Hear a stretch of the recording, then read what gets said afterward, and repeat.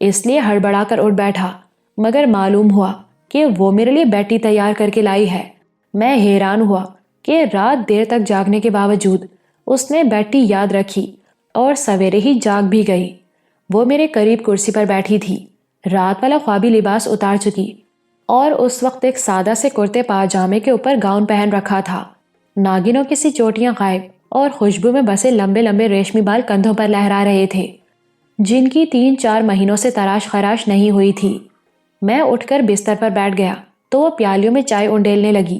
ہمارے ساتھ پروفیسر بھی بیڈ ٹی میں شریک ہوتے تھے۔ اندرا نے سب سے پہلے انہیں پھر مجھے چائے پیش کی اور اپنی پیالی سنبھال کر کرسی پر آ بیٹھی۔ دریائی سفر کے دوران بھی وہ یہ خدمت بڑی باقاعدگی سے ادا کرتی رہی تھی، لیکن ڈاک بنگلے میں چونکہ اس کا کمرہ الگ تھا، اس لیے پروفیسر کو یہ بات معیوب سی لگی کہ وہ چائے اپنے کمرے میں تیار کرے اور ایک نوکرانی کی طرح ٹرے اٹھا کر ہمارے کمرے میں آئے۔ انہوں نے پرنسس سے کہا، آپ کا چائے لے کر آنا اچھا نہیں لگا، آپ یہ سروس بودی کو کیوں نہیں سونپ دیتی؟ امجد کے لیے یہ سروس میں نے خود قبول کی ہے، ویسے بھی چائے ناری کے ہاتھ کی اچھی ہوتی ہے، مگر ہر صبح آپ کو تکلیف اٹھانا پڑتی ہے۔ اس نے بے دھڑک جواب دیا، تکلیف کیسی؟ اپنے پتی کی سیوا کرتی ہوں۔ میں اندرا کے جواب پر بھونچکا سا رہ گیا۔ اس نے میرے اور اپنے ناطے کی بات اس طرح اچانک کھولی کہ مجھے چائے بھول گئی، مگر پروفیسر مسکرا دیے اور ہنستے مسکراتے جو کچھ کہا اس نے مجھے تصویر حیرت بنا دیا۔ اور یہ کہا تھا انہوں نے، یہ بات میرے لیے نئی نہیں، سن چکا ہوں کہ رامپور کے جنگل میں وشنو مندر کے سادھو مہاتما نے آپ دونوں کا ناتا جوڑ دیا تھا، آشیرواد دے دی تھی۔ سری مہاراج نے بھی اس ناطے کو مان لیا ہے اور اب آپ امجد کی پتنی ہیں۔ میں حیرت زدہ سا ان کے چہرے کی طرف دیکھنے لگا۔ ظاہر ہے یہ بات انہیں رانا صفدر نے بتائی ہوگی، جس نے مہاراج کے سامنے ہمارے ناطے کی گواہی دی تھی۔ وہ میری اور اندرا کی باہمی دلچسپی سے پہلے ہی واقف تھے، اب یہ بھی جان گئے کہ میرا اس کا کیا تعلق ہے۔ نہ جانے کیوں میں اپنے آپ کو ان کے سامنے شرمندہ سا محسوس کرنے لگا۔ اس شرمندگی کی وجہ غالباً یہ تھی کہ وہ میری اور روشنارا ادا کی منگنی سے بھی آگاہ تھے، اور اب پرنسس اندرا نے غالباً پتی ورتا کے حوالے سے انہیں اپنے ناطے کی خبر سنا کر حیران کرنے کی کوشش کی تھی، مگر خود حیران رہ گئی۔ تاہم اس کی حیرت میں خوشی کا پہلو نمایاں تھا، کیونکہ یہ بات اس کے حق میں جاتی تھی کہ پروفیسر ہمارے ناطے کو جانتے ہیں۔ اس نے معاملے کو آگے بڑھایا، ہمارا لگن تو وشنو مندر میں ہو گیا تھا، مگر امجد کا خیال ہے کہ لگن ہندوؤں کے ڈھنگ سے ہوا تھا، اب مسلمانوں کے ڈھنگ سے عقد ہونا چاہیے، تب یہ مجھے سویکار کریں گے۔ پروفیسر اسلم بڑی سنجیدگی سے بولے، ہندو ڈھنگ کا لگن ہو یا مسلم رواج کا عقد، یہ دراصل عورت مرد کے درمیان زندگی گزارنے کا ایک شریفانہ سمجھوتا ہوتا ہے۔ ہندوؤں میں پنڈت کی گواہی کافی سمجھی جاتی ہے، لیکن مسلمانوں میں نکاح پڑھانے والے کے علاوہ لڑکی کے باپ یا گارڈین اور لڑکے کی طرف سے 2 آدمیوں کی گواہی ضروری ہے۔ اندرا اپنے مقصد پر آ گئی۔ امجد نے رات کہا تھا کہ ہم عقد کے لیے آپ سے مشورہ کریں اور آپ جو کچھ کہیں گے ہم مانیں گے، عقد تو ضرور ہونا چاہیے، پھر آپ ہمارا عقد کر دیجئے۔ پروفیسر نے میری طرف دیکھا اور میں نے اندرا کی تائید کی۔ آپ ساری صورتحال سے واقف ہیں، اس لیے میں نے معاملہ آپ پر چھوڑ دیا ہے۔ کیا تم نے پرنسس کو بھی صورتحال سے آگاہ کر دیا ہے؟ اس سوال پر میں بوکھلا سا گیا، کیونکہ صورتحال سے ان کا جو مطلب تھا وہی میں بیان کرنے کی پوزیشن میں نہیں تھا، اس لیے اپنی گھبراہٹ چھپاتے ہوئے جواب دیا، نہیں، لیکن عقد سے پہلے ہر بات واضح ہونی چاہیے۔ پرنسس اندرا نے بے چینی سے میری طرف دیکھا۔ کیا بات ہے؟ جواب میری بجائے پروفیسر نے دیا۔ ایک بات ایسی ہے جو آپ کے نالج میں ضرور آنی چاہیے، کیونکہ وہ عقد میں حائل ہو سکتی ہے۔ اندرا کی بے چینی کچھ اور بڑھ گئی۔ ایسی کون سی بات ہے؟ پروفیسر نے بھید کھول دیا۔ امجد کی منگنی کسی اور لڑکی سے ہو چکی ہے، ابھی رخصتی نہیں ہوئی، مگر ہوگی ضرور۔ یہ جان لینے کے بعد بھی اگر آپ عقد پر تیار ہوں تو میں امجد کے گارڈین کی حیثیت سے ویلکم کرتا ہوں۔ میں نے محسوس کیا کہ منگنی کی بات پرنسس اندرا کے دل پر بجلی بن کر گری اور یوں گمسم ہکا بکا سی رہ گئی، جیسے کوئی چیز اس کے اندر ٹوٹ گئی ہو۔ 2-3 ساعتیں اسی حیرت کے عالم میں گزر گئیں۔ شاید اپنے آپ کو سنبھالنے کی کوشش کر رہی تھی، کیونکہ اس کی حالت اس کھلاڑی جیسی ہو گئی تھی جو رنگ کے پتے ہونے کے باوجود اپنی بازی ہار رہا ہو۔ پھر حیران سی نظروں سے مجھے دیکھنے لگی اور ٹوٹے پھوٹے لہجے میں بولی، کیا وہ لڑکی روشنارا ادا ہے؟ میری آنکھیں جھک گئیں، ہونٹ سل گئے، نہ اس کی طرف دیکھ سکا نہ بول سکا۔ میری طرف سے پھر پروفیسر نے جواب دیا، ہاں وہی ہے۔ اب کہ اندرا نے بھی میری بجائے انہی سے سوال کیا، اگر منگنی ہو گئی تھی تو مجھ سے چھپائی کیوں گئی؟ انسان اپنی بعض کمزوریاں، بعض مجبوریاں دوسرے سے چھپانے کی کوشش کرتا ہے، یہ اس کی نیچر ہے۔ مگر منگنی کوئی کمزوری یا مجبوری نہیں، جیون کا ایک سمجھوتا ہے۔ اس کے باوجود آدمی کو کبھی کبھی کسی مجبوری کے تحت بھی سمجھوتا کرنا پڑتا ہے۔ ہمارے معاشرے میں یہ کوئی نئی بات نہیں۔ اب اندرا غالباً میری مجبوری کے بارے میں سوچنے لگی تھی۔ میری طرف سے ہر قسم کی صفائی اور وضاحت کا فرض میرے شفیق و محترم استاد نے سنبھال لیا تھا۔ وہ اندرا کو صورتحال سے آگاہ کرنے لگے۔ امجد صرف اپنے خاندان کا اکلوتا لڑکا نہیں، اپنی ننھیال کا بھی چہیتا ہے، کیونکہ اس کے بڑے ماموں شہباز بخت کے ہاں 3 بیٹیاں ہوئیں، بیٹا نہیں ہوا۔ چھوٹے ماموں فیروز بخت کی ٹریجڈی یہ ہے کہ وہ اولاد پیدا کرنے کے قابل نہیں، پھر بھی بیگم نگار نے اس گھر کی دہلیز نہیں چھوڑی، طلاق اور دوسری شادی کے بارے میں نہیں سوچا۔ جس طرح شہباز اور فیروز دونوں سگے بھائی ہیں، اسی طرح ان کی بیویاں سگی بہنیں ہیں۔ شروع سے دونوں بہنوں کی خواہش رہی ہے کہ امجد اور روشنارا ادا کا رشتہ طے کر دیا جائے۔ امجد کی امی بھی روشی کو پسند کرتی تھیں، اور آپ جانتی ہوں گی کہ عورتیں عام طور پر اپنے میکے کے رشتوں کو ترجیح دیتی ہیں، مگر امجد اور روشی کے رشتے کی بات جب بھی چھڑی، بیگم انجمن آرا نے ہمیشہ یہی جواب دیا کہ ان کا بیٹا جوان ہو کر اپنے مستقبل کا فیصلہ اور اپنی شریک حیات کا انتخاب خود کرے گا۔ مگر ناصر نواب کے المناک حادثے کے بعد بہت کچھ بدل گیا۔ رامپور اور لاہور کے تعلقات کی سب سے اہم کڑی ٹوٹ گئی، اور انجمن آرا بھی سوچنے لگیں کہ ایک نئے تعلق کا سلسلہ قائم ہو جائے۔ یہ تعلق صرف امجد اور روشنارا ادا کے ذریعے قائم ہو سکتا تھا، جو دونوں خاندانوں کے درمیان ایک پل کی حیثیت رکھتے تھے۔ سب کی یہی خواہش تھی کہ یہ پل تعمیر ہو جائے۔ اس کی تعمیر میں فیروز بخت اور نگار نے زیادہ سرگرمی دکھائی، جنہوں نے امجد کو اپنا بیٹا اور روشنارا کو بیٹی بنا لیا تھا۔ ہو سکتا ہے رشتے کے تعلق سے امجد اپنے بڑے ماموں کی صاحبزادی روشنارا ادا کو پسند کرتا ہو۔ میں نے سنا ہے وہ خوبصورت ہے، شعر بھی کہتی ہے، لیکن بی اے پاس کرنے کے بعد امجد نے انہی کٹھن راستوں پر سفر کرنے کا ارادہ کر لیا جن پر ناصر نواب اور ان کے ساتھی گم ہو گئے تھے۔ اس نے اشاروں کنایوں میں اپنی ممانی نگار پر بھی، جو رشتے کے لیے اصرار کر رہی تھی، یہ بات واضح کر دی کہ روشنارا ادا اسے ناپسند نہیں، کیونکہ وہ اس کی امی کی پسند ہے، مگر فی الحال شادی نہیں کر سکتا، کیونکہ شادی سے بھی ایک بڑا مقصد اس کے پیش نظر تھا، اور خود نہیں جانتا کہ حالات کا دھارا کدھر بہا کر لے جائے گا۔ دراصل امجد ڈرتا تھا کہ سفر کے دوران اگر اسے بھی اپنے ابو کی طرح کوئی حادثہ پیش آ گیا تو روشنارا ادا برباد ہو جائے گی۔ وہ اس کی زندگی سے کھیلنا اور اسے بے رحم یادوں کے حوالے نہیں کرنا چاہتا تھا۔ ناصر نواب کو پیش آنے والے حادثے کی اصلیت معلوم کرنے کے لیے رامپور کے جنگل میں بودی پر ایک خطرناک تجربہ کرنے کا پروگرام بنا اور ایک پارٹی تیار کی گئی، تو قدرت نے اپنی کسی حکمت کے تحت آپ کو امجد سے اور امجد کو آپ سے ملا دیا۔ پھر جوں واقعات آگے بڑھے، اس خطرناک سفر کے امکانات واضح ہوتے چلے گئے، اور آپ نے امجد کا ساتھ دینے کا وعدہ کر لیا۔ اسی اثنا میں تقدیر آپ دونوں کو وشنو کے مندر میں لے گئی، جہاں ایک گیان پرکاش والے سادھو مہاتما نے آپ کو پتی پتنی کے بندھن میں باندھ دیا۔ امجد اس بندھن کی اہمیت نہیں سمجھتا تھا، آپ سمجھتی تھیں، اس لیے رانا صفدر، وکرم اور کلوا کو منع کر دیا کہ مندر میں جو کچھ ہوا ہے اس کا ذکر کسی سے نہ کیا جائے۔ امجد نے بھی یہی بہتر سمجھا کہ سادھو مہاتما کی باتیں اس کے بڑے اور چھوٹے ماموں تک نہ پہنچیں، مبادا کوئی ناخوشگوار بحث چھڑ جائے، کیونکہ اسے آپ سے پریم تھا۔ جنگل سے واپسی پر رامپور میں جب نگار کو معلوم ہوا کہ امجد نے ہم لوگوں کے ساتھ ایک ہولناک سفر پر جانے کا فیصلہ کر لیا ہے، تو اس نے اس شرط پر سفر کی اجازت دے دی کہ امجد روشنارا ادا کو اپنی امانت سمجھے گا۔ عین اس وقت جب ہم لوگ رامپور سے رخصت ہو رہے تھے، نگار نے سب گھر والوں کو جمع کیا اور امجد سے فرمائش کی کہ منگنی کی انگوٹھی ادا کو پہنا دے۔ امجد نے عذر کیا کہ اپنی امی کی اجازت کے بغیر انگوٹھی نہیں پہنا سکتا۔ اسے انجمن آرا بیگم کا ایک تار دکھایا گیا جس میں انگوٹھی پہنانے کی اجازت دی گئی تھی۔ اس طرح امجد نے اپنی امی کی خواہش اور نگار کی فرمائش پوری کی۔